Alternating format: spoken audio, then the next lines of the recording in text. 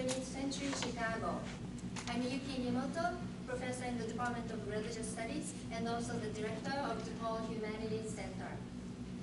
We are honored to co-sponsor this event, which marks the inauguration of a series of events to come, I hope.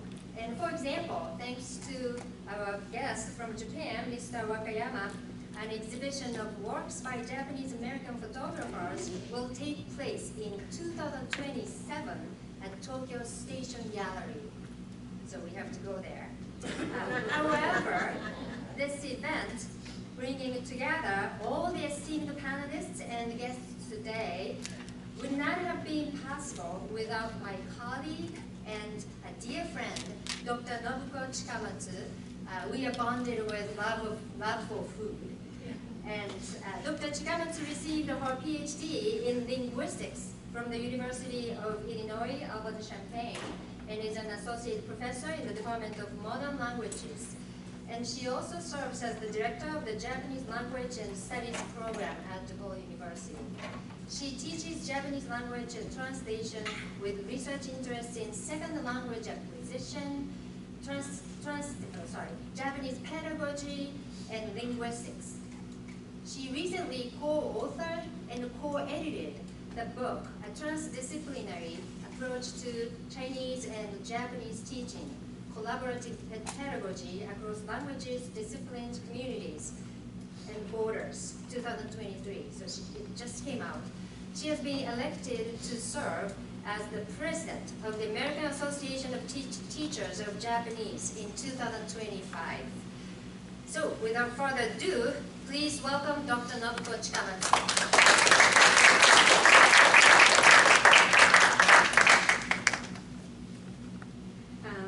Thank you, Yuki, for a very kind introduction. I am so grateful for the DePaul Humanities Centers, especially Dr. Yuki Miyamoto and Anna Clisol, for their timeless guidance and support. I also want to express my deep appreciation for the Japan Foundation New York, the Tokyo Station Gallery, the Poetry Foundation, and my own unit, DePaul's Foreign Languages Department, for their financial support.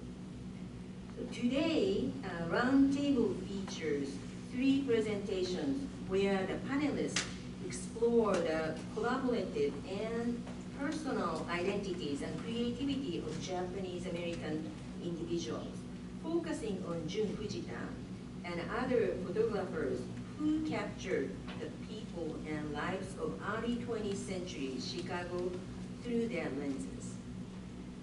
As a native of Japan, I did not have an opportunity or a chance to learn much about Japanese American history until I came to Chicago almost 30 years ago when I started teaching DePaul.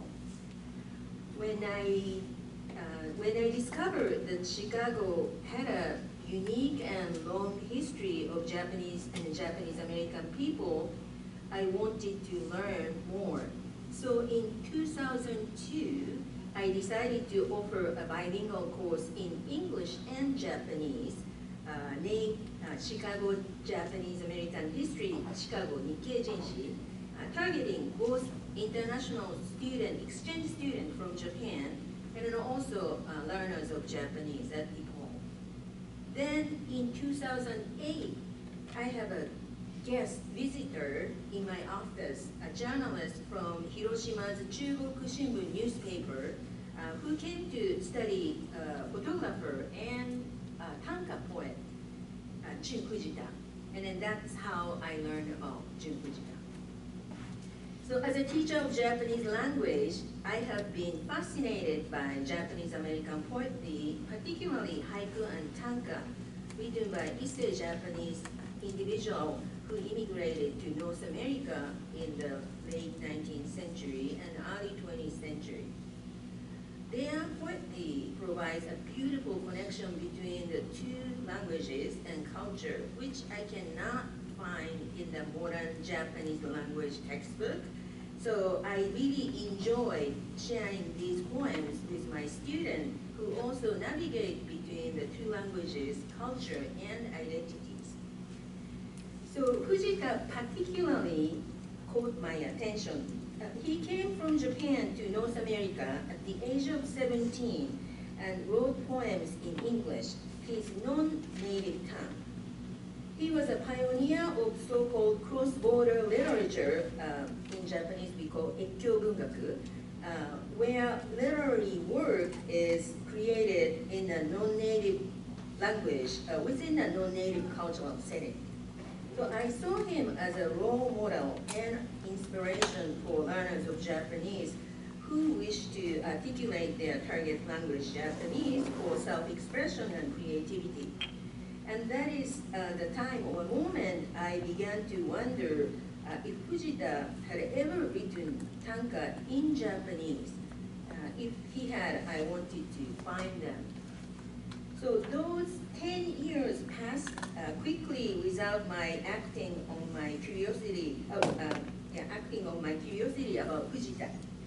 It was not until the spring of 2017, after visiting the Poetry Foundation's exhibition, Jun Fujita, Oblivion, that my quest began in earnest. I decided to visit Fujita's birthplace, Onomichi City in Hiroshima, and to search for his Japanese poems and uncover the story of his life before he came to North America. So with support and collaboration from both the US and Japan, we slowly and surely discover more about who he was. Yet he still remained a mystery man, having had little contact with the Japanese community during his life in Chicago. So therefore today, I am thrilled to welcome the presenters who have explored the creative mindset of Jun Fujita and other Japanese Americans from various aspects and various angles and perspectives. I hope this discussion will inspire each of you to delve deeper in their legacies and then also collaborate on future research. So we will have today 3 presentations first, followed by a discussion facilitated by Dr. Miyamoto, and then we will have an announcement of a new book on Jun Fujita, scheduled to be published later this year. So we hope you stay until the end of event, and as we will provide light refreshment and then also opportunities to meet each other individually. So let's start the presentation. So the first presentation is titled Poet and Seer Jun Fujita's Life and Photography by Catherine Litwin and Fred Sasaki from the Poetry Foundation. And then let me explain who they are. So Miss Catherine Litwin is a library director and exhibition curator at the Poetry Foundation. With Fred Sasaki, she curated Jun Fujita's Oblivion at the Poetry Foundation and Jun Fujita American Visionary at the Newberry Library, as well as co-edited the exhibition catalog Jun Fujita Oblivion. So Catherine received her BA from DePaul University and then her MLIS from McGill University. In addition to her work in libraries, Catherine is a playwright and theater maker whose work has been published and performed in theaters in Chicago, Los Angeles, London, and New York. And Mr. Fred Sasaki is a creative director and exhibition co-curator at the Poetry Foundation. His work is collaborative, often visual, and tended toward in-person and physical experiences that celebrate people and print. His many publications include Who Reads Poetry, University of Chicago Press, co-edited with Don Scher, and Jun Fujita Oblivion Poetry Foundation, co-edited with Catherine. He also makes art with his family, for Sasaki Family Zines, a friend and family publishing house in Chicago. So, thank you.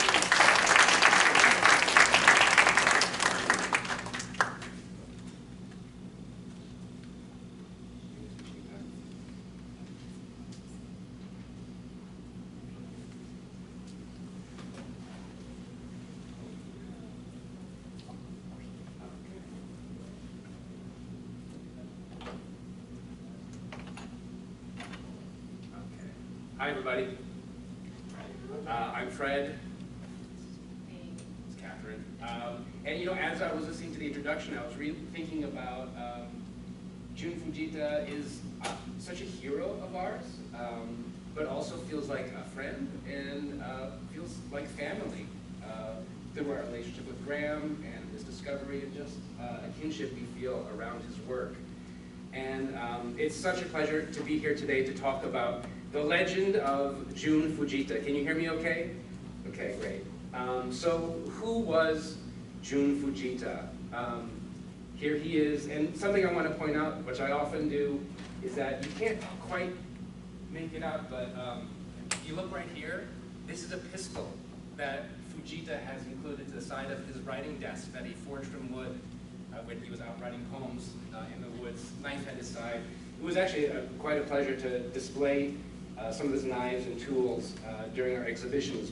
So who was Jun Fujita? Jun Fujita was a seer.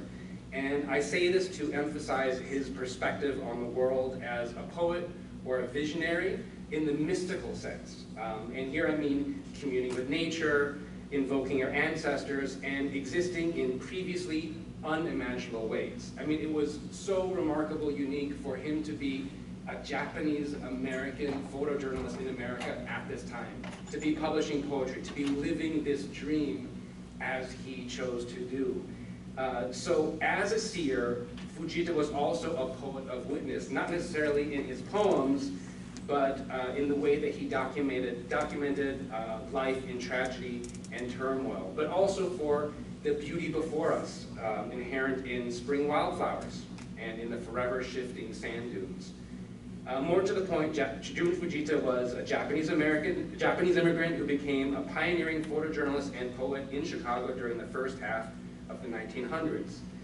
As Chika said, he arrived in North America as a teen, studied electrical engineering. He starred in movies for Charlie Chaplin's S&A Studios, and he developed a remarkable career with the Evening Post, where he became known for photographing some of the most pivotal moments in Chicago history, and this includes the Eastland disaster, the 1990 race riots, as well as memorable photos of celebrities, US presidents, and notorious criminals like Al Capone. He was commissioned to photograph federal works projects between the wars for the WPA.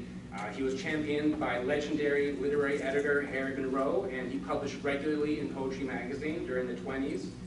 He published his own book of poems, Tanka, Poems in Exile, and continued to write poetry throughout his life, as well as capture the language of wildflowers, as he liked to say. He raced boats. He co-owned a cabin on a remote island near Rainier, Minnesota, and spent long periods there painting and writing poetry, mostly haiku and tanka. So today, we're going to be talking about all of it, and what his legacy as a photographer, as a poet, as a journalist, and as a Japanese American means to us today. So it's important to note, which Chika also alluded to, is that until recently, Jun Fujita lived in mystery. His iconic photographs often circulated without attribution. And there was very little knowledge of his life and accomplishments even in his adoptive hometown of Chicago, not to mention his native Japan. I mean, the world has seen his photos like all over and are very familiar, but yet he himself is not. And his name cannot be found on lists of prominent Chicago writers or artists or poets or photographers, despite his significant contribution to the field. Okay, so here's one of those photos. He was, for example, the first and only photographer on the scene of the infamous St. Valentine's Day massacre. So this photo is, of course, immortalized as perhaps the most iconic Gangland Chicago photo ever, hanging in billiard rooms across town. People don't know who he was, but Al Capone knew who he was. And Al Capone supposedly claimed that Jun Fujita was his favorite photographer because he always caught his good side. Legend has it that Al Capone was so impressed with Jun's skill with a knife that he once upon a time rolled up on him and said, "Hey Fujita, how are you with a gun?"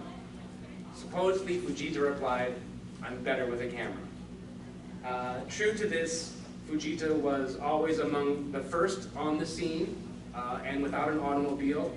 No one could understand how this was possible, the way he just sort of would appear around town. And when he wasn't documenting the grandeur and brutality of city living, he found refuge in the woods adventuring. Remember that pistol at his desk. But there his focus was really on wildflowers, dunes, and his wife Florence Carr, whom he met through a mutual love of poetry. So now I'm going to share one of our favorite poems by Jun Fujita. This tanka was published 101 years ago in the June 1923 issue of Poetry Magazine as part of a series entitled Japanese Brushstrokes, 2 Leaves. Oblivion. There is no time here. From giant trunks, hoary moss hangs through the air of shadowy green, and cool dew drips. Jun Fujita was born in Onomichi City, Japan in 1881. Onomichi City is a place with a rich literary culture. Historically, it has been home to many novelists and poets, as well as many independent magazines and journals. And literature is so valued there that there's a trail paying homage to some of Onomichi City's greatest writers by engraving their words on individual stones, forming a pathway of literary history. And one of our dreams is actually for Jun Fujita's poetry to end up on this pathway, because although he is also one of Onomichi City's greatest writers, that isn't a fact that was known there until recently. Throughout his life, even as he achieved immense success as a photographer, Fujita considered poetry his truest and his most important work. Fujita wrote primarily in tanka, which is a Japanese form of poetry meaning short song, which is comprised of 5 lines in a pattern of 5, 7, 5, 7, and 7 syllables, 31 in all. He adapted this form to be 4 lines in English, but he maintained adherence to the strict economy and precision of the original structure. It's not known how much English he knew when he arrived in Chicago, but within 15 years he'd be publishing English language poems in Poetry Magazine, which is one of the preeminent literary journals in the world. Poetry Magazine was founded here in Chicago by Harriet Monroe in 1912. It's the oldest monthly devoted to verse. Harriet Monroe's open door policy, which was set forth in volume 1 of the magazine, remains the most succinct statement of their mission, which is to print the best poetry written today, in whatever style, genre, or approach. The magazine established its reputation early by publishing the first important poems of T.S. Eliot, Ezra Pound, Marion Moore, Wallace Stevens, H.D., William Carlos Williams, Carl Sandburg, and other now classic authors. In succeeding decades, it's presented, often for the first time, poems by virtually every significant poet of the 20th and 21st centuries. And Harriet Monroe was an early champion of Fujita's work. Upon the publication of his book, Tanka, Poems in Exile, she reviewed the book herself in the pages of poetry, writing, "I doubt if 1,000 carefully toned words could match the impression that it, the poem, gives of stillness."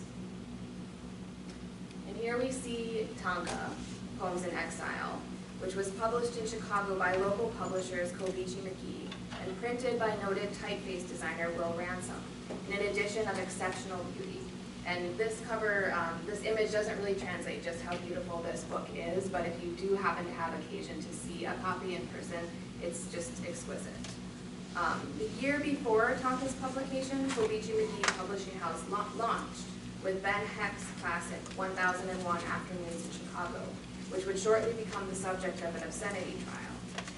In her review, Monroe noted that the printmaker and publishers had brought out the oriental emphasis of the poems through the design of the book, whose loveliness she also noted. I want to think for a minute about Fujita's choice of the word exile in the book's title. As a poet, Fujita was exacting with words. And by the time of Tonka's publication, he was 33. He had lived in 3 countries, been a leading actor in films for Charlie Chaplin's S&A Studios, and photographed most of the important people and events taking place in Chicago during that period. He had found love with his lifelong partner, Florence Carr. By any measure, Jun Fujita's voyage from the land of his birth had led him to a level of success that for most of us proves elusive.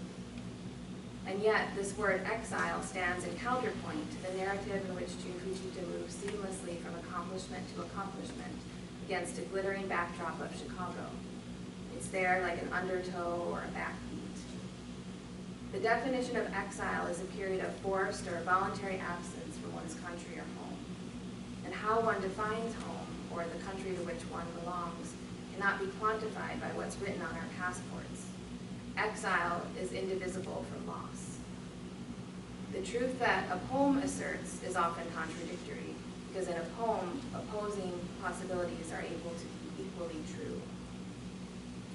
Fujita continued to write poems throughout his life, publishing regularly in literary journals in the 1920s, such as Others, The Circle, and Youth. His work continued to evolve, and in later years he produced a series of prose poems about the landscape of the Indiana Dunes. Although he never published another collection after Tonka, poetry remained at the center of his life, and he continued to devote himself to writing throughout the next 40 years. And I'll close with one last poem from Tonka, Summer Moon. The rain crazed like horses in the flare of the lightning that has gone.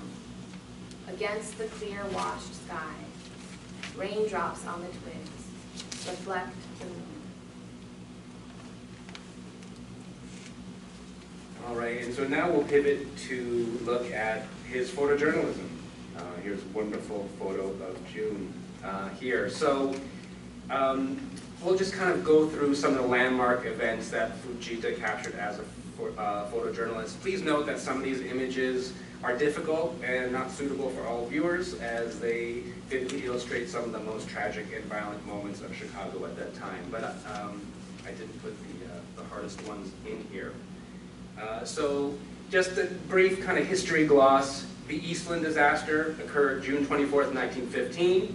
The Eastland disaster is considered to be the worst maritime disaster in American history. So the SS Eastland, pictured here, was a passenger liner, and it capsized, as you can see, just feet from the shore at the Chicago River. 844 people died, and so this is hundreds more than perished in the Great Chicago Fire. The boat was top-heavy, ironically, due to an abundance of lifeboats that had been added to the ship after the sinking of the Titanic. The ship itself was overloaded with passengers who were primarily or mostly a large number of women and children, immigrant women and children who had gathered for a company picnic. So they were off to a work event.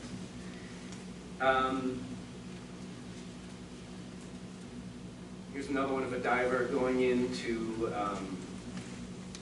go inside the Eastland, and this is perhaps the most salient image from the Eastland, probably the most famous. This is the image that when people discuss the Eastland disaster, kind of most prominent one. Next are photos from the 1919 race riots. So the race riots occurred on Sunday, July 27th, 1919. It was part of riots that swept the nation at a time during what's referred to as the Red Summer, all the race riots. And so, just in case you're not familiar with what happened, according to the Chicago History Museum, on the day the riots began, thousands of Chicagoans sought relief from the brutal heat on the shores of Lake Michigan. Among them was Eugene Williams, a 17-year-old African-American.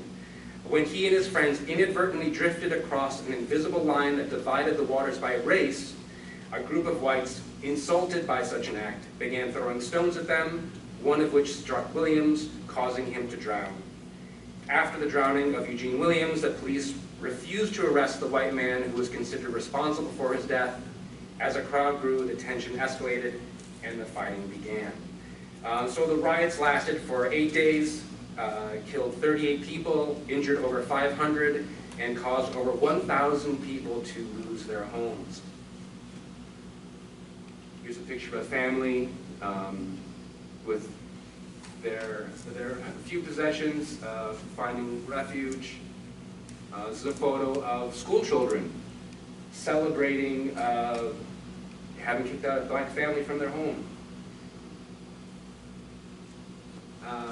So these images are among the most recognizable of the riots, including, there's an image which I didn't include here, that is understood to be the first published photograph of a person being murdered. You might also find poet, sociologist, artist Eve Ewing's book 1919. That is a book-length poem on the riots that uses Jun Fujita's photographs in it. So we've already covered the St. Valentine's Day Massacre and Al Capone's fondness for Fujita, but this list includes, many celebrities, icons like Albert Einstein, and of course, artist friends like Chicago's Carl Sandburg.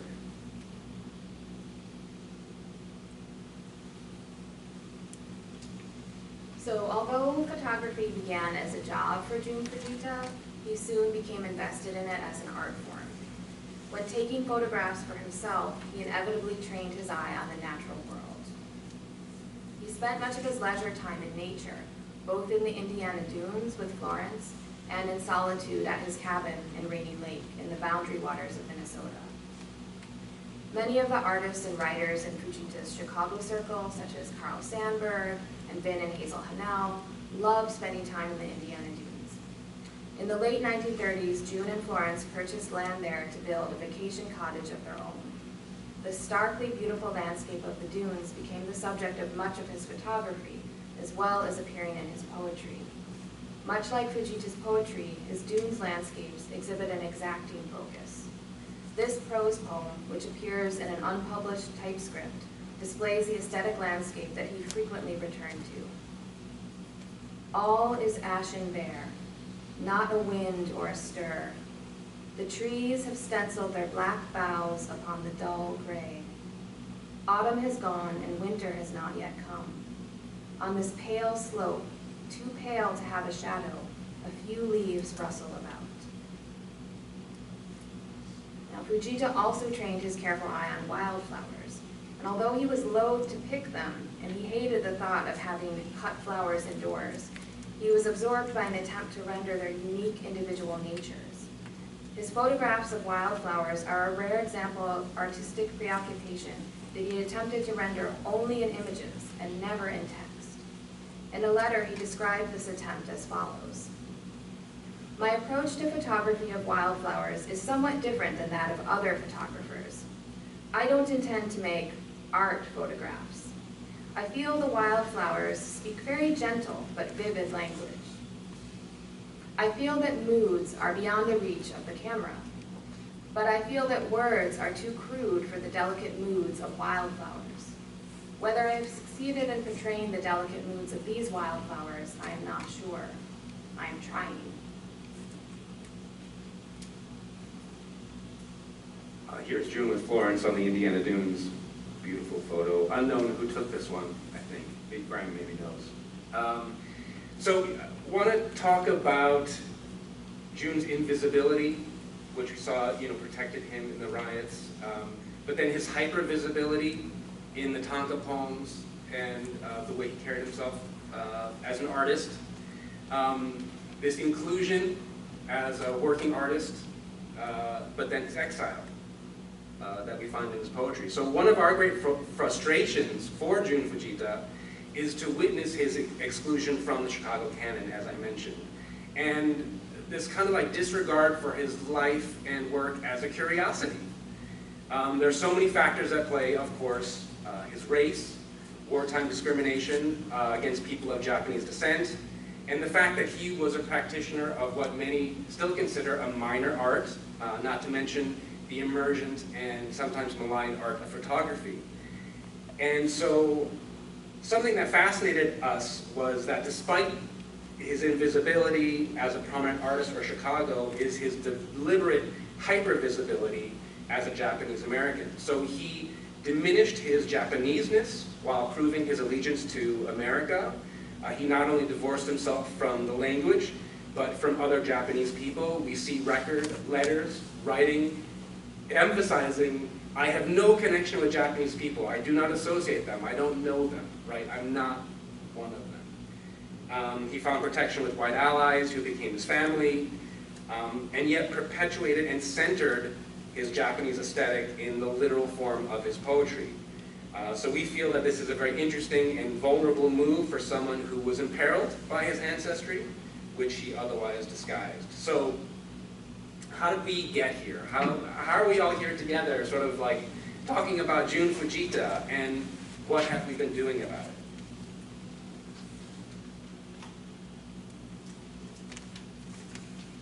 So Fred and I became interested in Jun Fujita's story after the donation of his unpublished typescript, which you can see here, and Florence Carr's personal copy of Tanka, Poems in Exile, to the Poetry Foundation offices by the photographer Orlando Cabanban, who was a longtime Chicago Tribune photographer and a friend of Florence and Jun's. Florence had entrusted him with these objects before her death, and he, in turn, turned to Poetry Magazine, one of Fujita's original poetic homes, to care for them. And the more we learned about Jun, the more intrigued we became by his story. We would trace one thread of inquiry and another fascinating strand would emerge. It was hard to believe that a life this intriguing, a photographer whose brave gaze had so shaped our conception of history, was still so unknown. We wanted to share more of his life, art, and inspiration with Chicago and the world. And we were fortunate that a librarian at the Chicago History Museum connected us with Graham Lee, Fujita's great-nephew, and this gave us access to the materials and research that would shape our first exhibition. Our exhibition at the Poetry Foundation opened in January of 2017, and this is Oblivion. The facts of Jun Fujita's life and persecution as an enemy alien had an unfortunate resonance with an era that saw the advancement of Donald Trump's border wall and Muslim ban. We titled our exhibition Oblivion after Fujita's poem and centered his haunting black and white photographs of the Indiana dunes in winter. These landscapes were newly printed for the show from Fujita's negatives. Most had never been previously exhibited. By centering images of beauty, we sought refuge in the natural world, much in the way Fujita himself had done.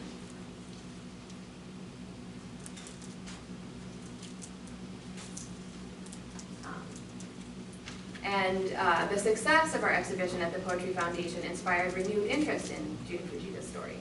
In 2019, we worked with the Newberry Library to curate an expanded exhibition. You can see us there on the opening night, which was augmented with materials from the Newberry's collection, which shed light on the literary milieu that Fujita inhabited, the prominence of his poetry, and also provided additional context for the historical tragedies that he famously documented. We called our exhibition American Visionary because we wanted to emphasize the potential Fujita exemplified of what American can mean. In his life and in his art, we are able to locate both the best and the worst aspects of the American experience. American Visionary opened in February 2020 and closed early due to the COVID-19 pandemic. You know, it's so corny, but I feel like that initial manuscript donation was such a just small ripple, right? And the strategy that Orlando Cabanban had by donating the poetry to us and then reaching out to you, Graham, set us off toward each other. Took a few years for it to happen, but now this ripple will cross over to Japan. It's just so remarkable. And so we're thinking about who is Jun Fujita in the future. I love this portrait of him from his press pass to the World's Fair, which I believe he was there for boating, to cover boating, if I'm right, because as I said, he was an avid boater, racer. So we blew this up for the Newberry exhibition and felt like such a statement or question about where we are with relation to all of these things that we're talking about.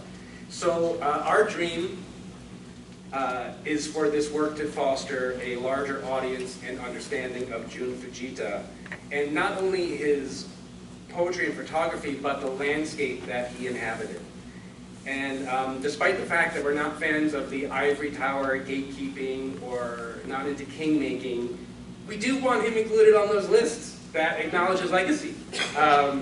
We want him there. And you know, with all of this new activity masterfully orchestrated by Professor Chikamatsu Chandler and Mr. Wakayama, we welcome a homecoming to Japan in 2027. And we're thinking about how might we facilitate a better understanding between nations, between people separated by war and sea, by race and nationality, and how might we better grapple with our violent, tumultuous world through these experiences, through these photographs, and of course, through poetry itself. And with that, we leave you to the next presentation. Thank you all so much. Thank you, Fred and Catherine. So the second presentation is entitled Chicago's Pre- and Post-War Japanese-American Photographers by Yachen Zhao and Stephanie Lee from the Art Institute of Chicago. So let me introduce the speakers. Dr. Yachen Zhao is an associate assistant curator of photography and media at the Art Institute of Chicago. He previously served as a Marsha Brady Hacker Fellow in Photography at the Yale University Art Gallery. His writing has appeared in History of Photography and Aperture magazine. His current areas of interest include 20th century Asian American photographers and East Asian photography during the Cold War and its aftermath. Yachen received his PhD in art history from Stanford University.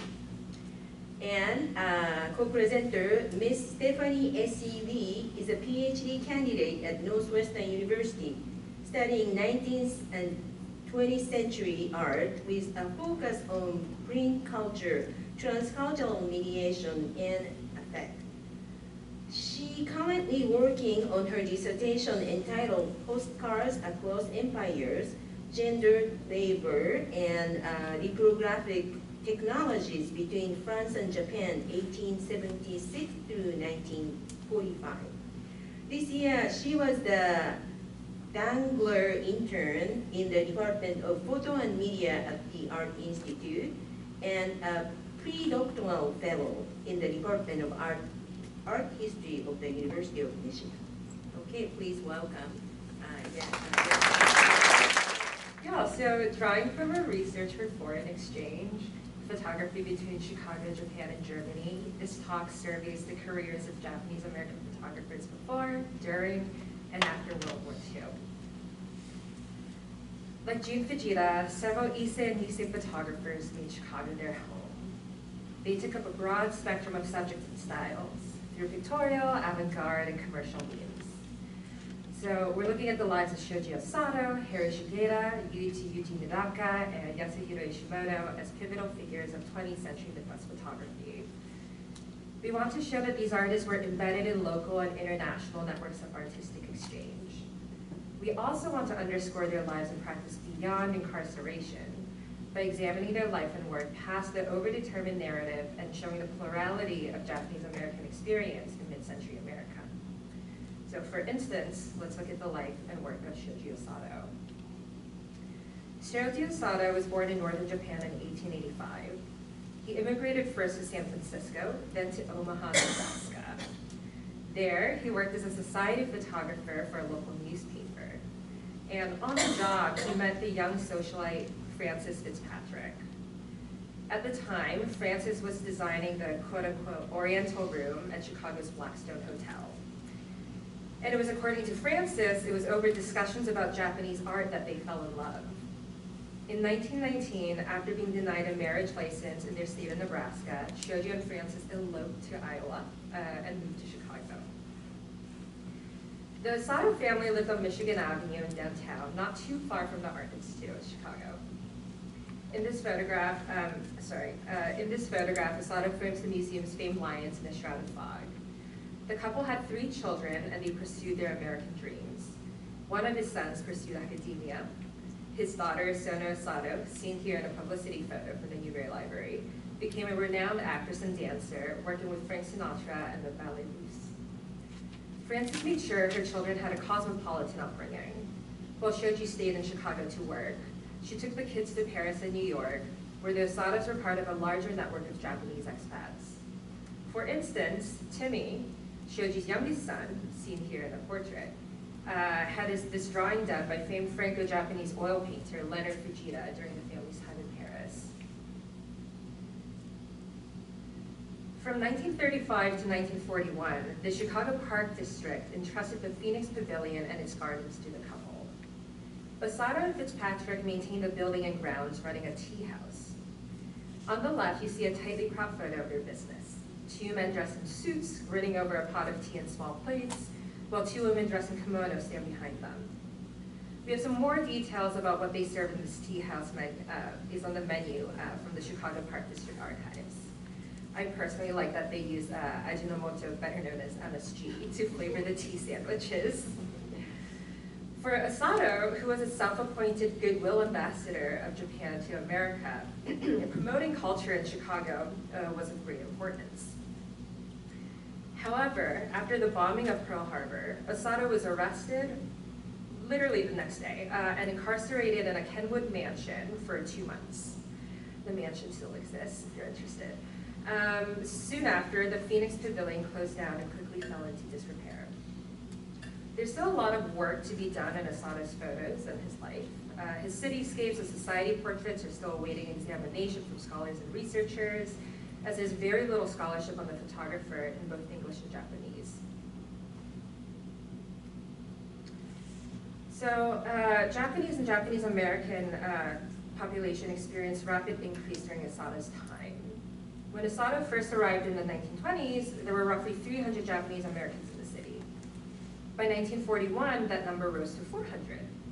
But it wasn't until 1942 that under the direction of the War Relocation Authority, tens of thousands of Japanese Americans left incarceration camps into cities throughout the United States. And Chicago was the biggest hub of resettlement for Japanese Americans, numbering 20,000 people. They settled in familiar neighborhoods like Hyde Park, Woodlawn, North Side, Oakland, and Kenwood. And over 30% of the new Japanese American Chicagoans, which included Ise, Nisei, war brides, vets, and former internees, lived in the south side of Oakland and Kenwood neighborhoods. So to support the growing community of Japanese Americans in Chicago, the grassroots organization, Chicago Resettler Committee, now known as the Japanese American Service Committee, took charge where the WRA fell short. They helped with employment, housing, and setting up a support network for newly minted Chicago residents. One member of the Chicago Resettler Committee happens to be a well-known photographer, Harry Kinti Shigeta. Originally from Ueda, Shigeta landed in Seattle first. And later, he enrolled at the Minnesota College of Art and Design, which, according to MCAT enrollment records, is where he picked up the name Harry. In 1910, at the age of 23, Shigeta moved from the land of 1,000 lakes to LA, setting up a portrait photography business in the Little Tokyo neighborhood. But by 1924, spurred by growing anti-Japanese settlement in California, Shigeta relocated to Chicago. He found work in the photo retouching department of Muppet Studios, and he found community at the Fort Dearborn Camera Club. The Camera Club is also where he met his future business partner, George P. Wright. When Muppet closed down, Shigeta teamed up with Wright to open Shigeta Wright Studio, specializing in commercial photography. Their contracts included the Pearl Jewelry Company Mikimoto and the 1920s IT Cosmetics brand, Lanchier. Shigeta Wright 10,000 square foot studio in downtown Chicago boasted a commercial kitchen, which no doubt helped the pair secure lucrative contracts for food photography with companies like Kraft and experiment with cakes and glasses and eggs. In a news write-up, Shigeta supposedly discovered experimental photography through a book of photos by Maholy Naj, 1930, at the Brentano bookstore in the Loop. And I quote, Moholy-Nage's work convinced him that an original, sharply refreshing understanding of photography was coming to the United States. Shigeta wanted to be on the ground floor when it came. He set to work lightly, experimenting with simple objects like a sheet of glass and an egg. The whole world of photography took on a new and different face. He soon gave up his portrait work to give full time to experimentation for commercial photography. But it's clear from his earlier work in the 20s that Shigeta was independently employing innovative techniques. By 1937, the New World Sun newspaper also profiled Shigeta and his commercial success, hailing him as one of the 10 best photographers in the United States. However, this success was short-lived. In 1941, the American government placed Shigeta under house arrest and forced him to relinquish ownership of property, including his stake in the studio. For a brief period of time, the studio was renamed Wright and McKinley. However, his business partner Wright and his studio staff petitioned the government to lift his house arrest,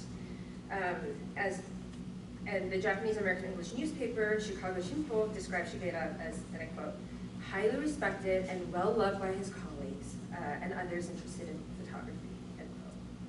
He was also extolled for his role in promoting photography as well as civic affairs, which you can tell from his work with the Chicago Settlements Committee. So the petition was successful and Shigeta was allowed to work again, returning to 351 East Ohio Street with his name back on the business.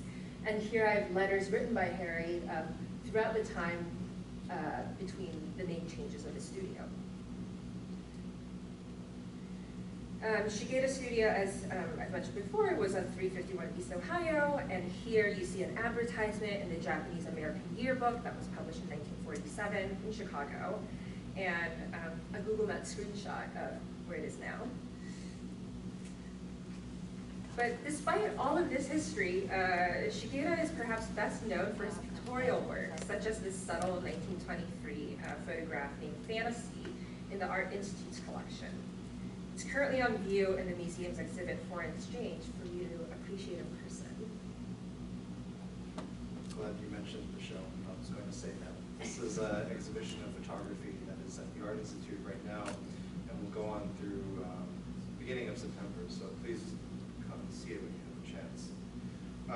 I'll go on to talk about the two other photographers that we mentioned, the first being Yuichi Hidaka.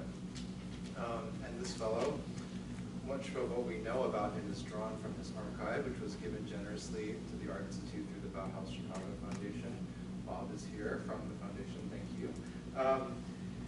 It's still being processed, but this includes a tranche of letters, negatives, as well as work prints that he made during his commercial career as a product and architectural photographer.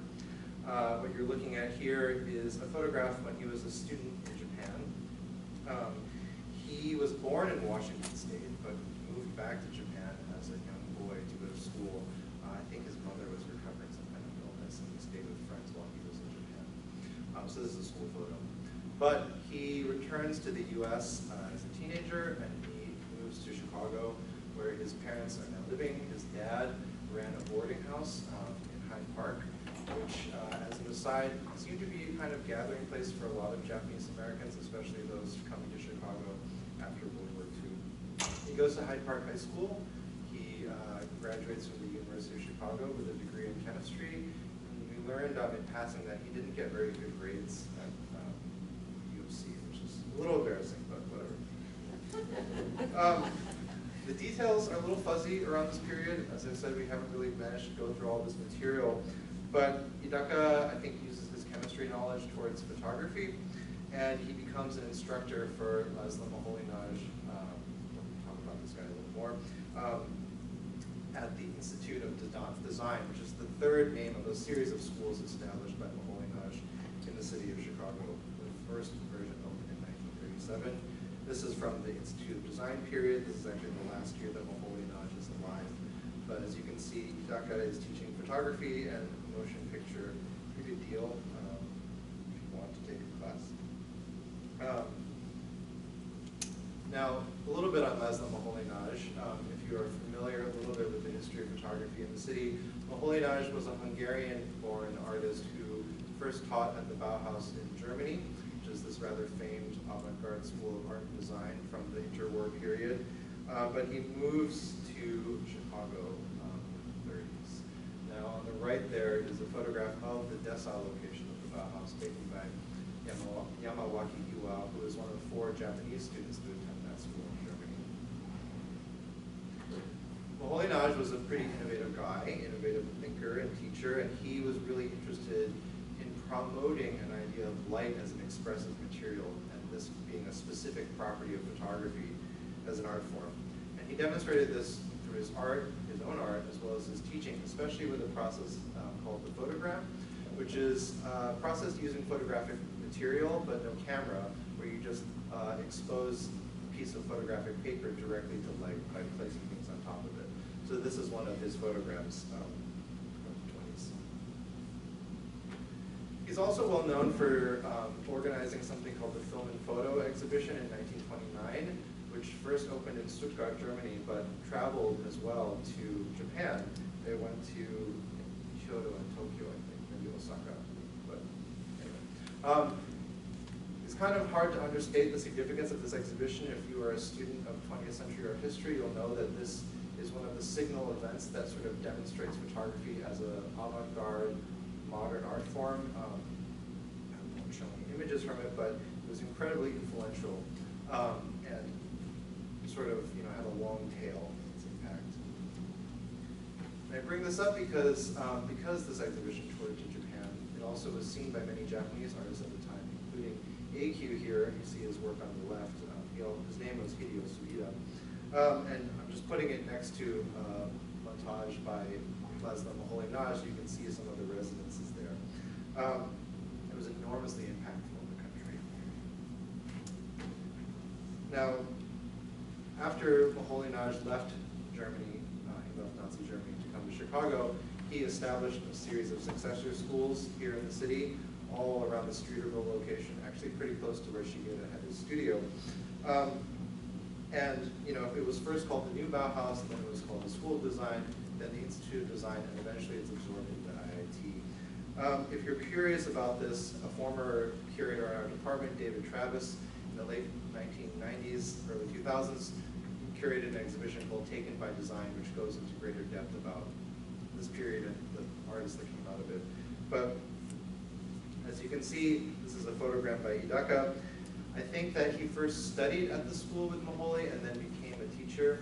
But I show this, which is also in our exhibition, just to demonstrate he was pretty good at making photographs.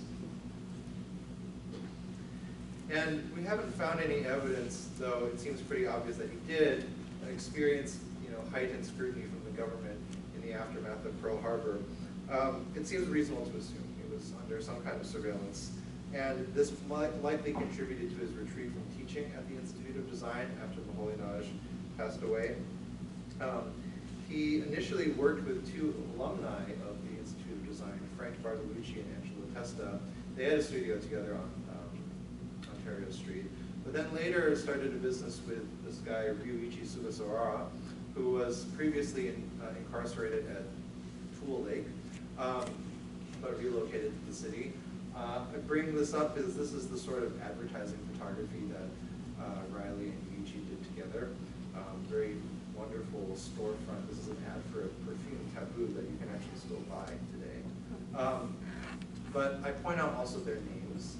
Yuichi went by Eugene, and this is seen all over his correspondence. He probably picked up that name in high school. But Ryuichi Sugasawara, you see, has anglicized his name to Riley Osuga, which is a nice, Irish way to change your name. It's like if I changed my name to, Yetchen Ozao or something like that. But it made for a good pair. Now, aside from his work appearing in a 1951 exhibition at the Museum of Modern Art concerning abstract photography, it seems like he retreated from any kind of self-sustaining career as an artist after World War II. He worked for decades as a product and architectural photographer. He probably used Shigeta's kitchen. We have a lot of examples of food photography in the library. And he did this for, I think, like 4 decades. He retired in the 1980s, moved to New Hampshire, and passed away in 2012. He's got 2 daughters, one of whom lives in New York, I know, and was very grateful to see some of these pictures on the wall in the museum. I'll move on to Ishimoto in a second, but I do want to stop for a little bit on this picture, which is a self-portrait and reflection, classic kind of thing for photographers to do, taken shortly after the end of World War II. And so that's the Fine Arts Building, just south of the museum on Michigan Avenue. And I think it's just particularly poignant and perhaps gestures to a bit of ambivalence that he had about his position in the country and also his status as an artist or whatever he was going to do in his life. Because this is, more or less, soon after this, he does not really exhibit as an artist anymore, just works as a photographer. But as you can see in the center of this image, there's that classic slogan of the Fine Arts Building, all passes, all art shall endure. And this really speaks to something that I hope that we can, research more about, is like what was really his relationship to his career as an artist in that self-conscious sense versus the work that he did after World War II. In the interest of time, I will just give a sketch of Yasuhiro Ishimoto, who is probably the best-known Japanese-American photographer. He was born in the US as well, moved to Japan, came back just in time to get incarcerated in Omachi. Basically, to get out of the camp, he agreed to move to Chicago and go to school. And in doing that, he became a student at the Institute of Design, which was after Moholy-Naj's death. Their photography program is run by two photographers, Harry Callahan and Aaron Siskind. And this is work that he made probably for one of Harry Callahan's assignments, which was to make a composition in which more than 75% of the photograph is sky. It's a great picture. Unlike Hidaka, Ishimoto's place in Chicago photography is really well established. If you're curious about it, again, I push you towards Taken by Design. But for the purpose of this talk, I want to bracket that long career because the DePaul Art Museum did a wonderful exhibition on it, I think, in 2017, which you can still buy the catalog for. But I want to talk about his place in kind of international networks of artistic exchange. And so we can do that by reconsidering what is one of his most famous bodies of work, which are the photographs he made of Katsura Villa, the 17th century Japanese palace in Kyoto. He made these after World War II. The curator Yasufumi Nakamura, who is now at the Asia Society, while he was a curator at MFA Houston, published a book about Katsura, which was this book that Ishimoto made upon returning to Japan. And notably, this book was made with contributions by Kenzo Tange, who is a scholar of Japanese architecture, as well as Walter Gropius, who was a colleague of Laszlo Moholy-Naj's at the Bauhaus. Both Moholy-Nagy and Gropius emigrated to the United States before World War II to escape Nazi Germany and established themselves as very important artists and lecturers in America. But the important thing is that Gropius really liked Katsura. When he went to Katsura with Ishimoto, he basically said, this is all that we've been striving for. Like Katsura is the culmination. They got to, they really embodied as an important precursor to what we were trying to do with the international style of architecture, of which we have many examples in Chicago, notably by Mies van der Rohe. Crown Hall right there in the middle, but I also include this model on the left, which is Gropius's design for the Tribune building. This was his unsuccessful proposal that he made while he was still teaching in Germany. And I put that next to Ishimoto's picture from Katsura just to point out there is some kind of formal similarity going on, which is not to say that, they're copying or something like that. There's no linear style line of influence here, but people are looking at each other, projecting things onto each other. And I think that becomes really clear when you see that even at the Bauhaus in the 1920s, there was a great interest in Japanese art and architecture, which is something that we do explore in this exhibition at length. I'll just say briefly, Johannes Itten, who was a teacher at the Bauhaus, was fascinated by ink painting. He invited ink painters to teach when he established his own school in Germany. As you can see on the left there, Lucia Moholy made a photograph of Laszlo Moholy's design for the stage set of Madame Butterfly, which was put on at the Kroll Opera in Berlin in the 1920s. That picture on the left was one of the real impetuses for the show, along with the Osato picture of the Art Institute, because it sort of indicated to me something that I had intuited for a long time, which was that the Bauhaus was very interested in Japanese art and architecture. And I put that next to this picture by Harry Callahan of buildings of a building in Chicago to, again, just reiterate, there is some really compelling formal similarities between these things. And it's not about who got to it first, but just indicating that there's a large network of artistic exchange going on here. And out of Katsura, actually, it allowed Ishimoto to reconnect Japanese artists who had been familiar with Moholy-Nagy and other European artists in the 30s to what had been going on in the States after they had moved there. I show you on the left a work by Nathan Lerner, who is one of Moholy's students at the Institute of Design, next to a collaborative work by Katsuhiro Yamaguchi and Kyoji Otsuji, who were part of an experimental group in Tokyo called Chiken Kobo, also known as the Experimental Workshop. Both of them heard talks given by Ishimoto in the 50s talking about developments in photography as an art form. And they were obviously very excited to see that things had happened in the interim between the war. And very self-consciously, I think, continued on with this idea of building constructions, working in the abstract, working in this highly experimental and collaborative way. And I'll just end by saying that there's much more work to do. I'll end with this work by Tad Takano, who was another Japanese-American person relocated to Chicago. He was a designer, and he went on to teach at UIC for many, many years. But in the 1980s, he came up with this computer-driven system to generate a kind of new style of photograph. This computer system was called BIGS. It's very complicated.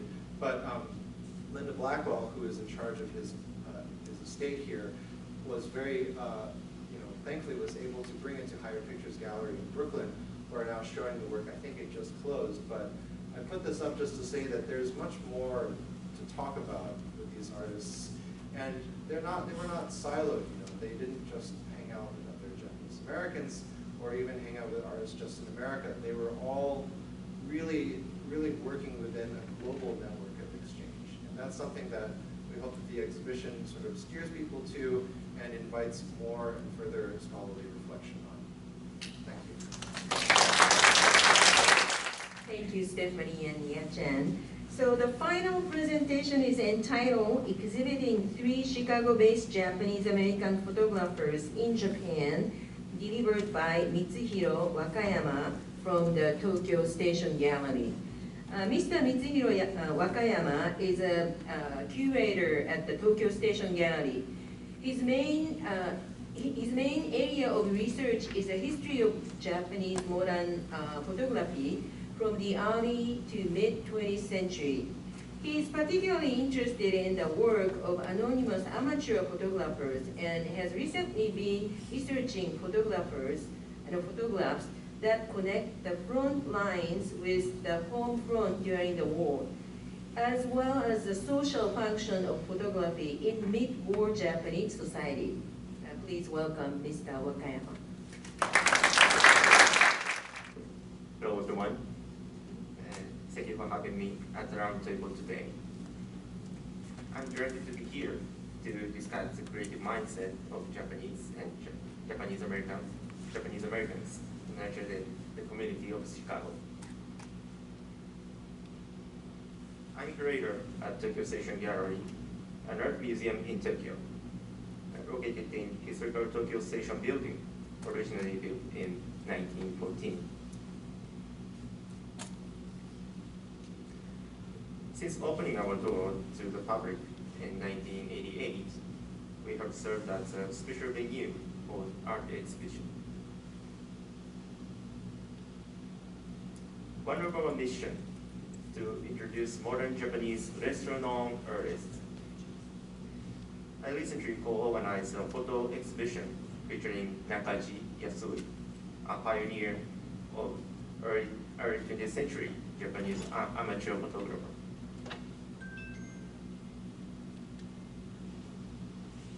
He adopted techniques and subjects that were at the forefront of that era.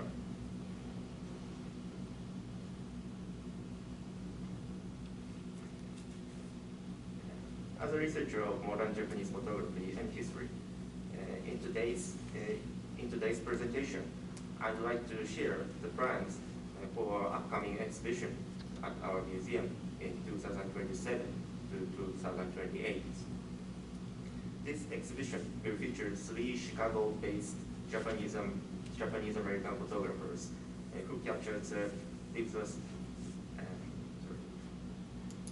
the lives and surroundings of people in Chicago and beyond.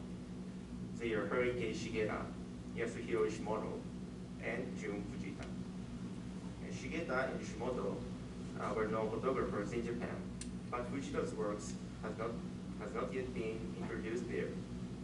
Although they may have shared time and possibly crossed paths in Chicago during the early to mid-20th century, their works are unique and have significant yet distinct impact on the history of photography. This will be the first exhibition of its kind in Japan. Therefore, I'd like to share the rationale, implementation strategies, goals, and expected outcome of the exhibition with you, so that your input can be incorporated into our ongoing project. Here's the outline of my talk today. 1. Introduction of 3 photographers. 2. Interest in Japanese-American photography in Japan. 3. Research questions. And 4. Collaborations for the future. First, let me give you a brief introduction about Chicago-rooted 3 photographers. Hurricane Shigeta was born in Ueda City, Nagano, Japan, in 1877, and came to Seattle at the age of 16. He opened Shigeta Art Studio with a fellow photographer, George Wright, in the city's north side, and became one of the most successful industrial photographers at the time. In 1965, a 2-person exhibition with Shigeta and the urban Stiglitz was held at the National Museum of Art, Tokyo, and the works were donated to the museum.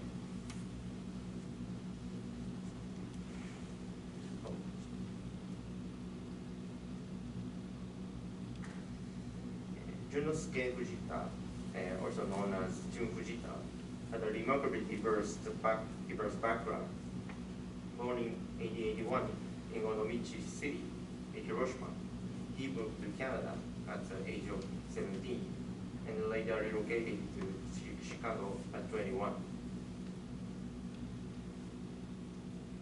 While attending school and works various odd jobs, including acting in silent films, he served as a photojournalist for the Chicago Evening Post. During the 1910s and 20s, he documented significant historical events such as the Eastern disaster, the race riot, and the Valentine's Day massacre. Fujita was creatively involved in the literary field. He wrote tanka poems for poetry magazines and published the poetry anthologies in 1923. Later, in the 1930s, he was commissioned by the Works Progress Administration, WPA, as a commercial photographer to document post-depression public construction projects. Yasuhiro Ishimoto was born in San Francisco in 1922 and moved to Kochi Prefecture, Japan at the age of 3. He returned to the US to study agriculture at the University of California before being incarcerated during the war. Afterwards, he moved to Chicago and studied photography under the tutorage of Bauhaus at the Chicago Institute of Design. He returned to Japan in 1953, but continued to travel back and forth to Chicago to complete his renowned works such as Katsura Villa and Chicago. The exhibition featuring the 3 artists will launch at Tokyo Station Gallery and subsequently traveled to 3 cities, Ueda, Kochi, and Onomichi, from 2027 to early 2028. We aim to showcase each artist's work in connection with their respective local cities and to raise awareness of the cultural interaction and cross-point between the US and Japan. Research into the history of Japanese American photography was initiated in North America and did not gain significant attention in Japan until the 1970s and 80s. Key publications such as Joan Rose, Frank S. Patsura, a study of the photographer who lived in Okanogan, Washington, and photographed Native Americans, and Dennis Reed's Japanese Photography in America, 1920s, 1940s. They were translated into Japanese during the 1980s. This translation helped people in Japan learn about the creative achievement of their ancestors in North America.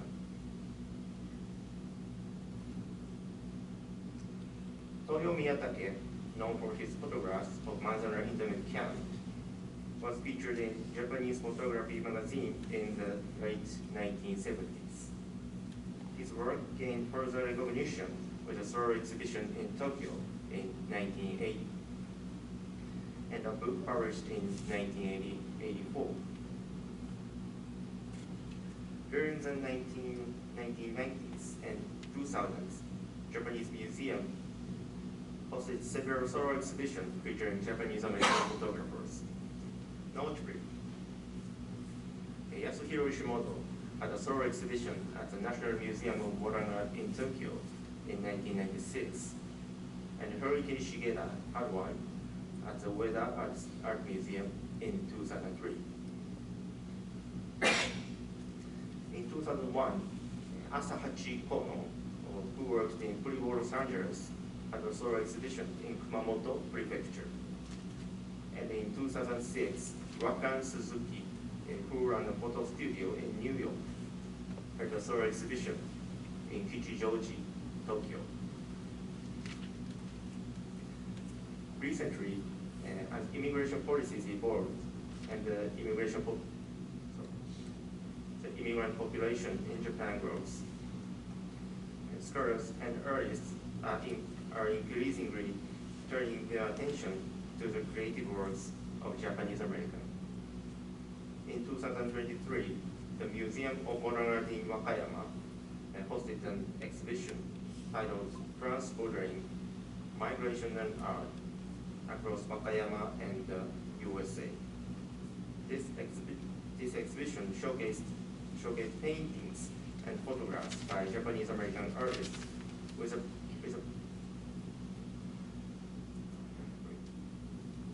particular emphasis on pre-war artists who settled on the West Coast. Meanwhile, research and exhibitions have been conducted across the U.S., including those featuring lesser-known artists like Jun Fujita. The Poetry Foundation hosted Oblivion, a poetry and photography exhibition in 2017.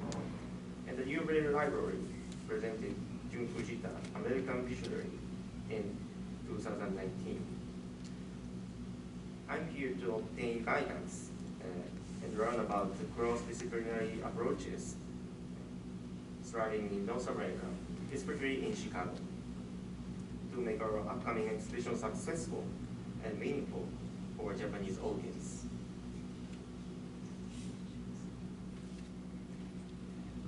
I have two main goals for organizing this exhibition. First, I aim to explore recent research on Japanese American photographers and use this exhibition as a catalyst to stimulate discussion among Japanese scholars and curators. In recent years, the achievements of Japanese American photographers have gradually come to light. The result of these studies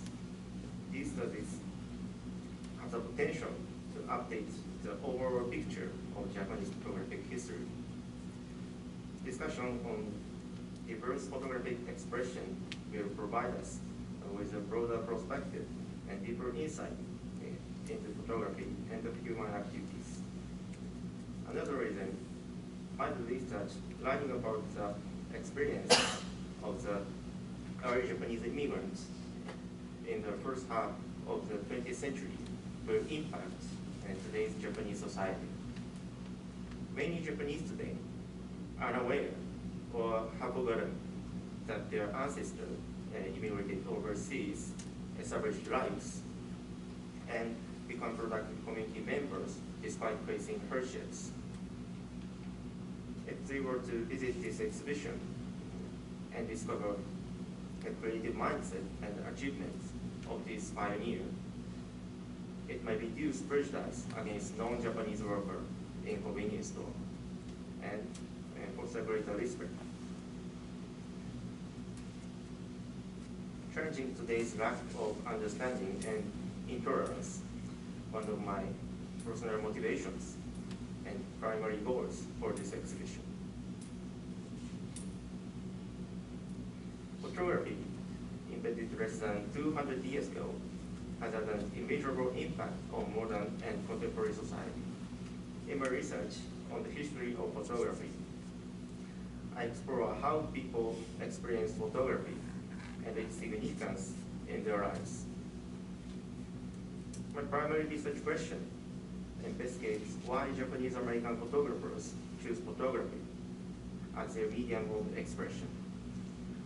Was it a unique reason specific to Japanese immigrants? Additionally, I aim to challenge the conventional view on the relationship between photographic expression and ethnicity. Whether intentionally or not, their photographic works are often viewed as being directly or indirectly related to their nationalistic Japaneseness.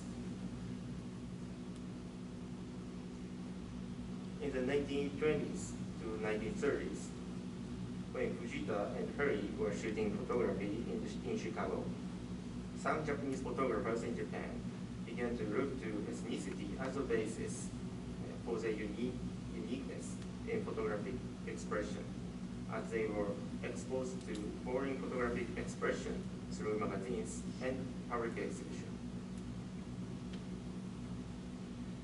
The basic theme of modern Japanese photography was to establish the photographic expression beside.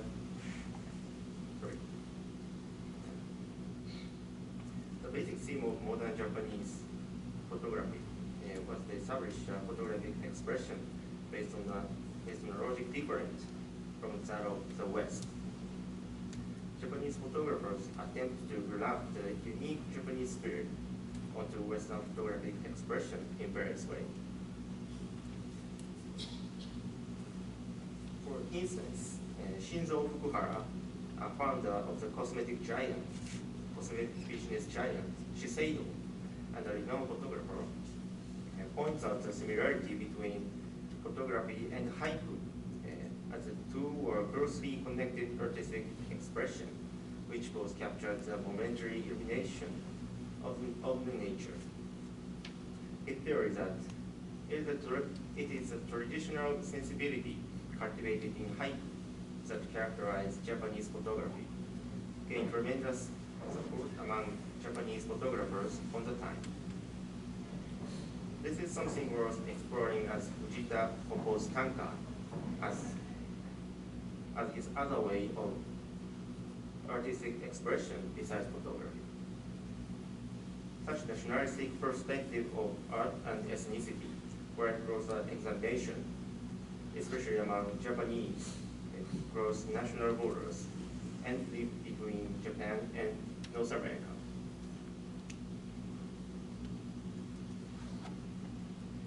Currently, Ishimoto's materials are primarily housed at the Museum of Art in Kochi, while Hurry Shigeta's materials are held at the Ueda Art Museum.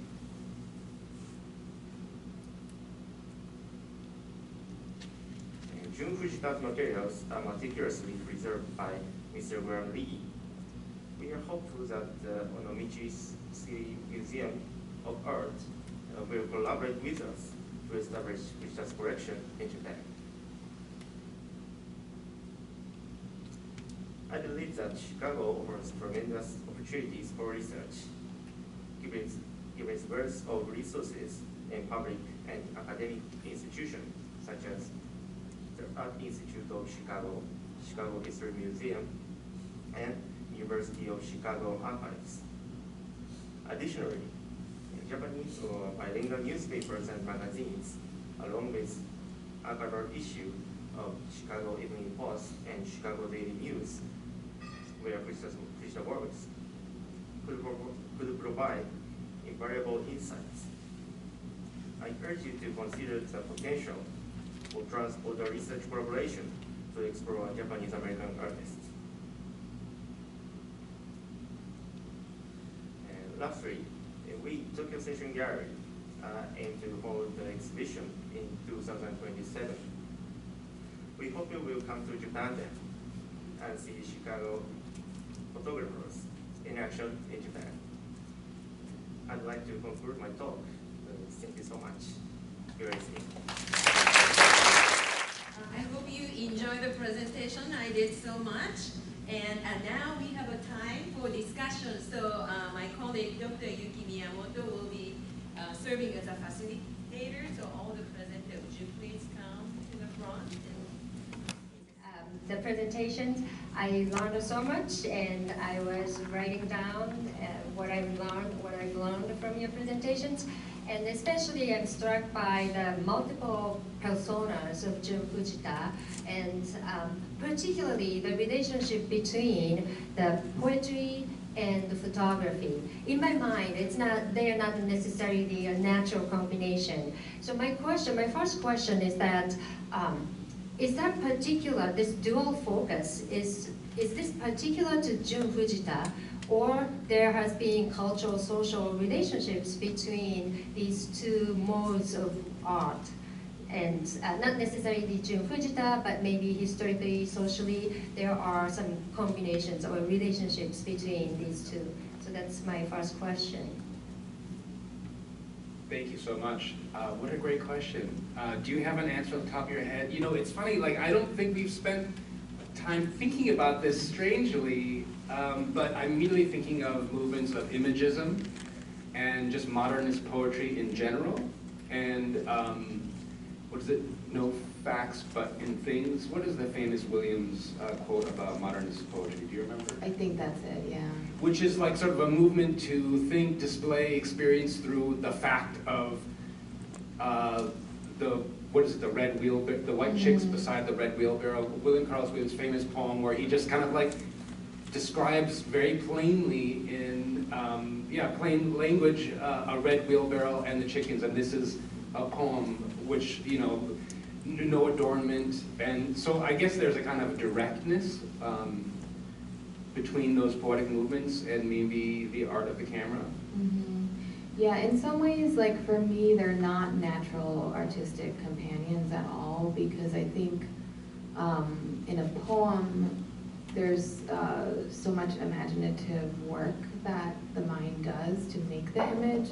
But then on the other hand, in Fujita's work, I think that you do see like a really strong parallel between his photographs and his poetry in the spareness and in the fact that as a poet, you know, he really focused on using as few words as possible. And whereas like poetry is the art form where you're supposed to use as few words as possible, not all poets really adhere to that as strictly as he did. And so that concision, I think, that you see in his poetry is also the same concision that you see in his eye when he captures something as an image, that nothing is there that doesn't need to be there and everything is very composed. But there aren't a lot of, I don't know if you're aware of any like photographers that are also poets, but there's not a lot that come to mind. I know a few. I would say there are a lot of poets who like photography. You know, Andre Breton and William James both published books that were illustrated with photographs. But I think I take well, Yama-san's point that there might be something particularly like from an East Asian perspective, a kind of harmony here. If there is an idea that, you know, photography can or should be impressionistic to be an art form, then it kind of coheres with, you know, like writing on the wing or something like that. But you know, I guess like what I would say is, photography seems to describe way too much to be a poem, but a lot of photographers were certainly very interested in literary forms precisely as a way to advocate for photography as an art form in itself. So I think the most notable American example would be, say, Walker Evans, who went to Paris in the 1920s, was very taken by poetry and self-consciously styled himself in this way. But the literary and photography has kind of always gone together. But I'm very interested in, you know, further sort of explication on, you know, Japanese Americans and Japanese photographers acting this way, because I know as well, for example, Soichi Tsunami, who was a New York Japanese American photographer, he also wrote a bit of haiku in his spare time. You know, those things seem to be totally, you know, they were not contradictory things for him. 日本語でいいですか。じゃあ、ちかさんが失礼しますけまあ、写真と俳句を結びつけた人の代表格が福原新三という人でした。まあ、彼も日本人にとって写真とは何かっていうことを非常に考えていて、その中で、俳句の精神と写真表現というものを結びつけた。でそれがこう何て言うでしょうか、まあ、他国にはない日本の特徴であると彼はそう言いました。でまあ、多くの写真家にとって日本の多くの写真家にとって、まあ、俳句と写真っていうのは結構自然と結びつくものだったんですね。というのは写真は、まあ、数ある趣味の一つだったわけです。で俳句も同じでした。つまり写真をやる人々と俳句をやる人々っていうのは社会階層的にですね、社会階層としてほぼ一緒だったっていうバックグラウンド、日本の表現のバックグラウンドがあります。This is the first time I'm serving as a translator, so please bear with me. I hope I'll try my best. But so what he said was, as he discussed in the presentation, Fukuhara Shindo, who was a founder of Shiseido Cosmetics, so he was a great example who connected haiku and photography, and he discussed, what photography meant for Japanese people. And then he found something common between haiku and photograph. And then, but also the reason why those two could be connected was that the haiku and photography were the hobby among the very high class society members. And therefore, it was kind of natural that they simply did both as a hobby, and then I think they were connected. I mean, if there are any bilingual individual who can add, please let me know. But I think that's what he meant. Thanks, Chika. Yeah, I just wanted to add to Waka-sensei's point about this kind of like twinning between poetry, like haiku, and photography. Within like the larger visual, like Japanese visual culture in the first half of the century, especially between like the 1910s and 1930s, picture postcards were super, super popular. And even though photography and like poetry writing was a very like high class activity, it was made accessible to the general public through these picture postcards. So, like for instance, there is a very famous postcard publishing company called Hinode, and they were set up shop on the southern edge of Korea, and they would print up to 10,000 postcards a day.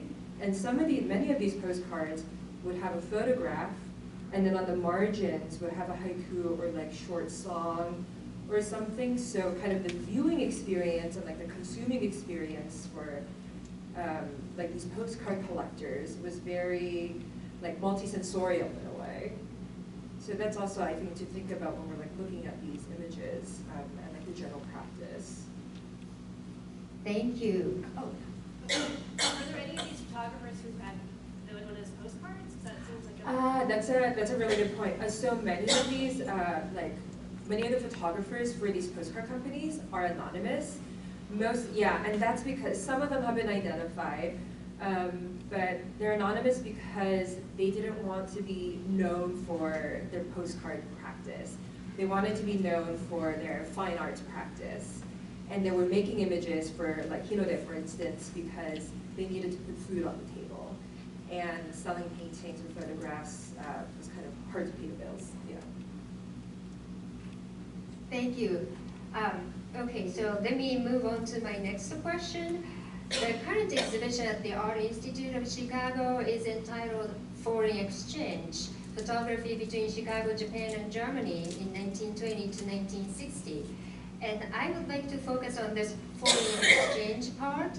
And Fred informed us that Fujita kind of dissociated himself from the Japanese communities here. But I wondered if he had any connections with people in Japan, like Japanese photographers in Japan, Japanese poets in Japan, or so in other words, between not just Jun Fujita, but other.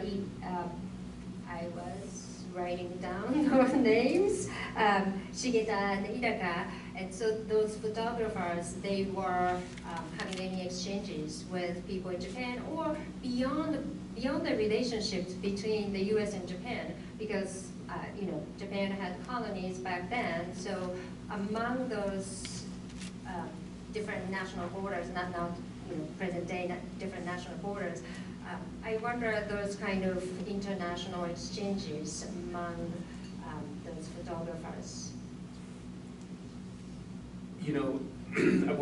We're not aware of much contact at all. I think we've seen a few letters to his sister, but aside from that, and it's interesting. And I'd be curious to know how you all see this, but I kind of see. I've always felt Jun Fujita as sort of like an artist about town or in Chicago, and not so much as a photographer solely, but this, I don't want to, the only thing I can think of is Renaissance, figure, swashbuckler, but, I felt like he was known to interact with many artists in town, and, there's a scant record of him appearing at places like the Pickle Club, for example, a famous Chicago artist salon at the turn of the century. So I see those kind of more social interactions, also in his courtship with Florence, but not so much as, I don't want to say he's not a serious artist, but not that sort of artistic life. Yeah, I think, it's interesting that he saw himself as a poet, although he made his living as a photographer, but I think it's very clear that he thought of poetry as his central art.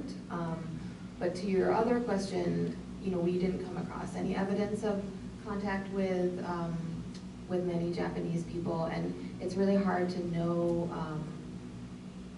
how much of that was pressure of the time to remove himself, because being part of that community carried very serious liabilities, obviously, and so when documentation that he writes about it, it seems very conflicted, but it's hard to know. But there is one photo that we discovered of him where he is in Miller Beach with a group of Japanese men, and we don't know, who the men are, how he came to be with them.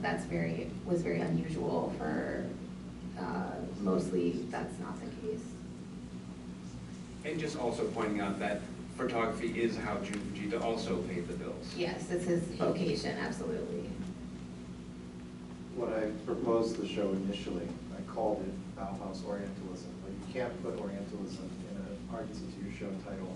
So I changed it to something a little more oblique, which refers to directly foreign exchange students, which is what we used to call international students, people who go to other places to study.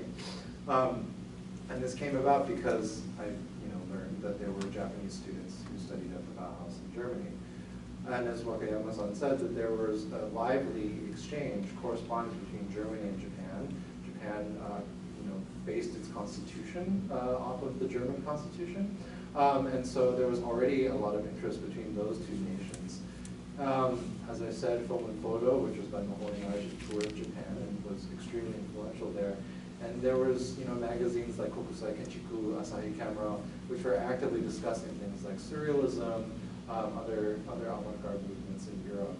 And even when Mahori Naji moved to the United States, he corresponded regularly with a fellow named Takaguchi Shuzo, who was a poet in Japan, very interested in surrealism. And they would send images back and forth. So Mahori was aware of someone like, say, AQ, even in the 30s and 40s. And there was kind of a regular correspondence there. So for me, the exchange part about this is, again, it's just like, it's not one directional. There's a lot of back and forth, and it's also not just between two places. These people moved around a lot, and basically due to various allegiances, breaking and forging of them, people's nationalities become either dangerous for them or helpful for them. And I think that's very true of the Japanese American community in Chicago. For a while, Japan and America were really cool with one another, and then they weren't, and then they were cool with each other again. Yeah, and to add to that, like Shigeta had visitors. He had Yusuke Nishimura from what's now the Konikuni Nota company, like a camera company, visit him in like 1950. And then Ishimoto going to Katsuda Villa in the first place, that was a trip that was funded by MoMA, so he could like photograph the villa. And while he was there, he also visited the American Embassy to give a talk about like the state of design pedagogy in America. But then kind of, I guess like, if we backtrack a bit, there was a lot of, I guess like foreign exchange or like, kind of like movement and exchange of ideas within Japan as well, like within Japan's empire. So like in 1911, there were 51 photo studios in the colony, in the former colony of Korea. And there were many ethnically Korean artists that were going to Tokyo and Kyoto to like learn painting and printmaking and photography. And I think this is a really like interesting point to bring up because while they were ethnically Korean, they like entered schools under Japanese names. They spoke fluent Japanese. They wrote in Japanese. And this also goes to poets and writers. Like I think in the 1930s, one of the winners of like a Japanese like most like, famous literary prize was an ethnic Korean, but he published under a Japanese name. So it's not, it's like kind of like interdisciplinary flow and I think code switching within and beyond the empire. I would just go back and add one thing about Fujita is that, he was a professional photographer, and this feels very Chicago to me. His work was gritty. He rolled up his sleeves and he made money with it. And it might be interesting to point out, I don't think we mentioned it, but our exhibition at the Poetry Foundation may be the first time his photographs were presented as fine art. Maybe the Dunes photos were exhibited at some point in Indiana, but aside from that, there isn't much record of that. So he was a professional photographer, but as a fine art photographer, was he more of a hobbyist? I don't know how to really answer that. I was wondering, Fujita was a photojournalist at the Century of Progress, but there was a major photo exhibit there that the Chicago Camera Club had with hundreds of photos. I was wondering if he participated in it as a participant rather than just a journalist. Yeah, Graham might know best because I was aware of him being there to cover boats. Correct? He was a card-carrying member of the club, but Chicago Camera Club? Yep. Oh. Yep. The other two were members of the Camera Club later. Yeah, I've got I seem to a membership of a lot, like Miniature Camera Club was another one I can think of Yeah. offhand. Yeah.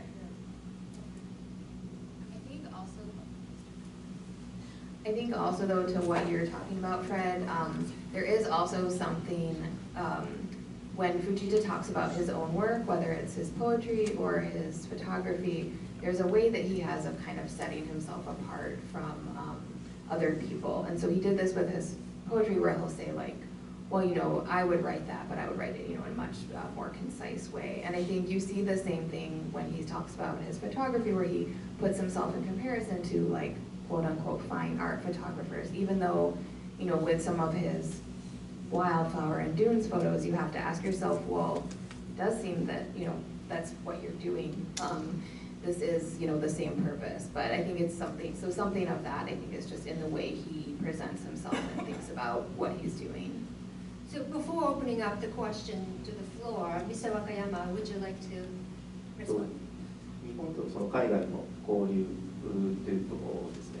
で、まず一般的に一番大きい影響を与えたと言われるのがエチェンさんとステファニーさんの発表にあったフィルムフットフォトっていう国際巡回展でした。で、あれフィルムエンドフォトです。で、多くの日本人写真家がその影響がいかに大きかったかっていうことを書き残しています。で、もう一つはですね、日本の写真雑誌の存在というのは非常に大きくて、で写真雑誌を通じて実は北米に移住した一世の写真家たちが、文章をその写真雑誌に寄せていたりするんですね。でそれによって、日本にいる写真家たちはアメリカで、どんな写真が流行っているとか、どういうことが行われているということを、知ることになった。でそういう交流が実はあったんですが、あまり実は日本写真史の中でも指摘されることが少ないので、この展覧会についていろいろ調べていければなと思います。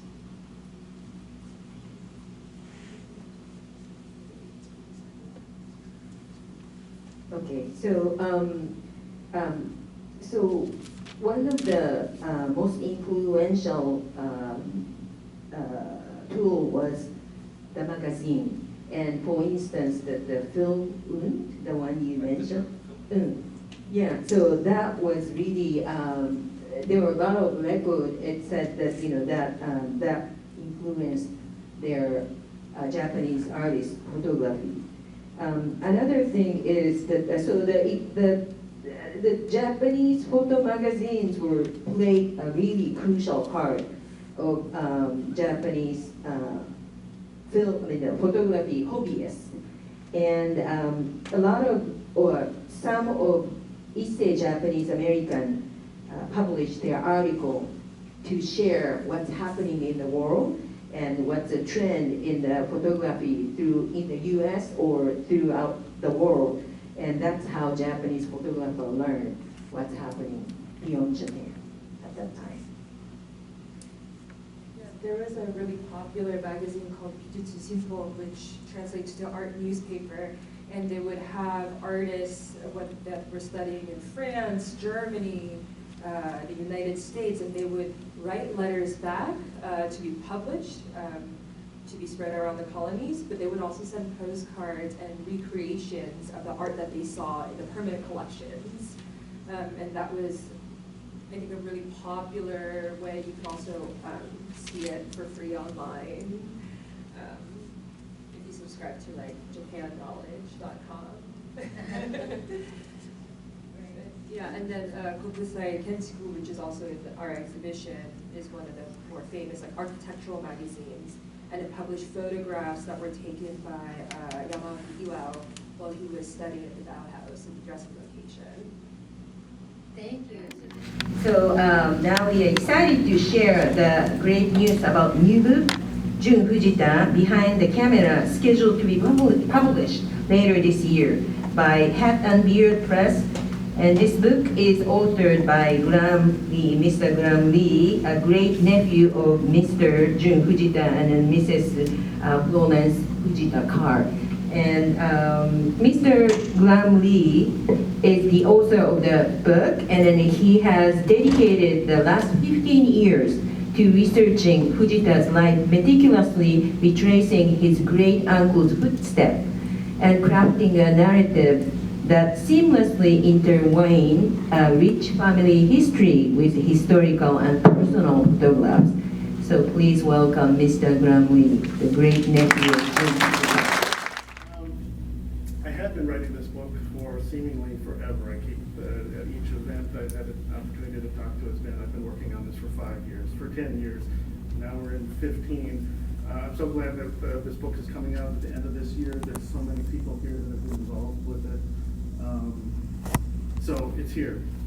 So I'm just going to take a short amount of time just to kind of plug the book and really just talk about how important it is for me to document Jun's life.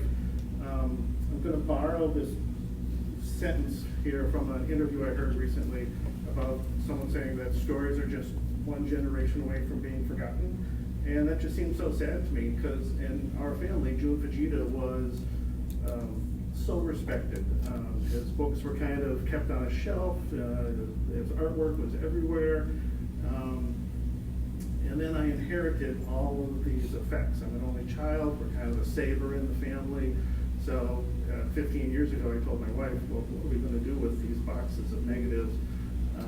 She inspired me, supported me that let's make a book, let's put it together, and it'll be for the family. We'll have it on the shelf. But in the researching, it tied me to the Eastland Disaster Historical Society. It got me to the Poetry Foundation. It got me to the Newberry. And suddenly I realized that there was already this network of people waiting to talk about Jun Fujita. So I would say, look at your own collections of things. Talk to your parents, talk to your grandparents, record their stories. People want to remember these things.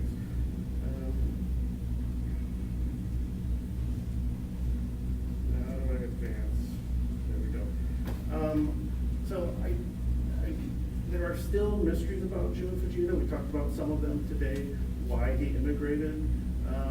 One of the answers it kind of touches on here was that an uncle of his gave him his first camera and a passport to directions to go photograph the lumber and salmon industries in Canada.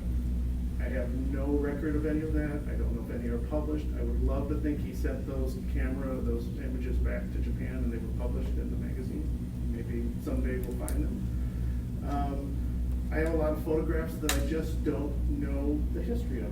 So here's a good example of one. So Jun Fujita standing there, and then a young man in the chair. I don't know what the connection is. We talked about what was Jun's relation with the Japanese community in Chicago. I wish I knew who this was. There's nothing on the back other than a date. So it's a mystery. It's a mystery.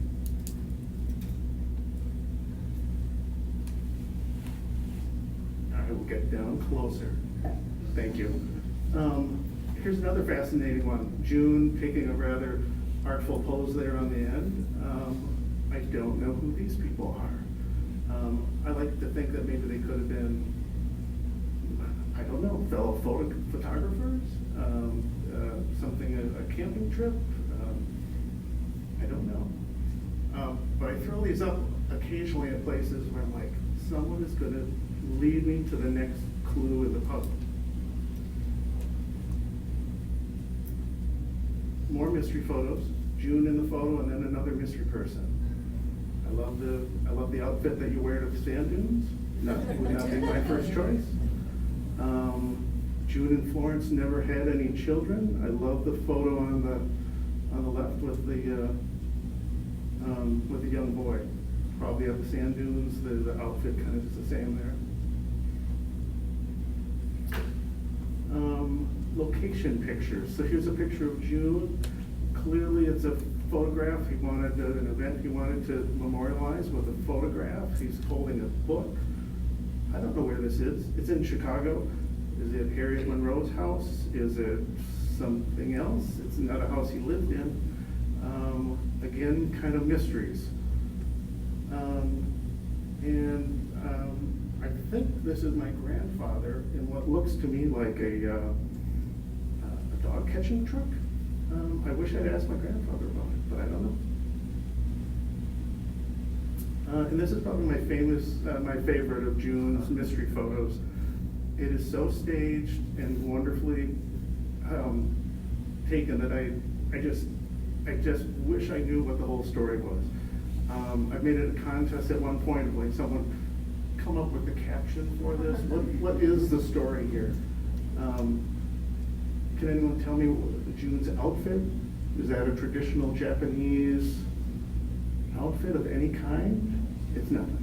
Nothing. Head shaking. All right. So you would think that in my book is a lot of questions, but truly, those are just a few things I don't know. Everything I do know, I did put in the book. And it's a ton of information from family stories and history to research facts about, oh my gosh, the Chicago History Museum has been a lifesaver for pulling out newspaper articles and photographs with all the different newspaper photographs that Jun took. It's got family stories. It's got the Capone story with Capone pulling up along Michigan Avenue, and more.